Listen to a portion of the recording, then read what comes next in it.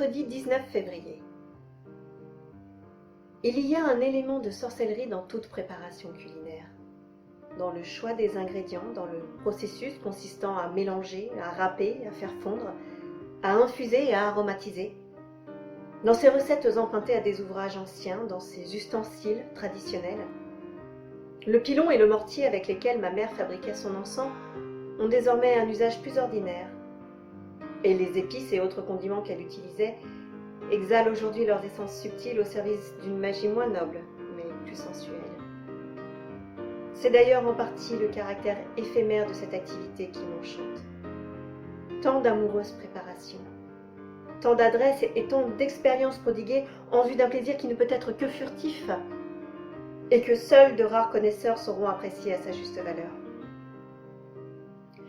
Ma mère avait toujours envisagé ma passion de la cuisine avec un mépris coloré d'indulgence. Pour elle, la nourriture n'était pas un plaisir, mais une nécessité fastidieuse qu'il fallait prendre en compte. Un impôt à payer sur le prix de notre liberté. Je dérobais les menus dans les restaurants et contemplais avec convoitise les vitrines des pâtisseries. Je devais avoir 10 ans, peut-être plus, lorsque je goûtais pour la première fois du vrai chocolat. Ma fascination ne cessa pas pour autant. Je transportais des recettes dans ma tête comme des cartes de géographie. Toutes sortes de recettes, déchirées dans des magazines, abandonnées dans des cares grouillantes d'animation, estorquées avec force cajolerie à des voyageurs rencontrés sur la route, pour composer finalement d'étranges mariages de ma propre invention. Avec ses tarots et ses divinations, ma mère dirigeait notre folle course à travers l'Europe.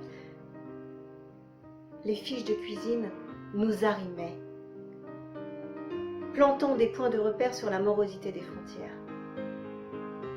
Paris, sans le pain qui cuit et les croissants chauds. Marseille, la bouillabaisse et la grillée. Berlin, c'était le Hashbein avec la Sauerkraut et Rome. C'était la crème glacée que j'avais mangée sans payer dans un tout petit restaurant près du fleuve.